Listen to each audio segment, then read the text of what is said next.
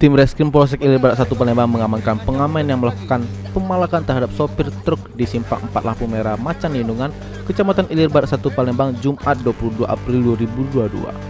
Kapolsek Ilir Barat 1 Palembang Kompol Roy Tambuna mengatakan pelaku tersebut bernama Fadli, warga komplek Pulau Gadung Permai Blok A, Kecamatan Sukarami, Palembang.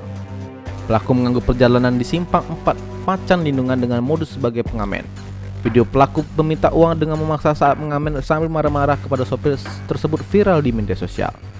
Mengetahui hal tersebut, petugas yang berpatroli dan melihat di Jagadmaya mendatangi TKP dan selanjutnya pelaku diamankan untuk diambil keterangan di Polsek Ilir Barat 1 Palembang. Hingga saat ini pelaku dilakukan pendataan dan diserahkan ke Dinas Sosial. Benar tadi kau ini ngancam mobil truk lagi? Tidak kata Pak, demi Allah tanya Pak. Kau atau ngaku keluar dari penjara yo? Ya benar, ada ngaku, baru datang aku di sini.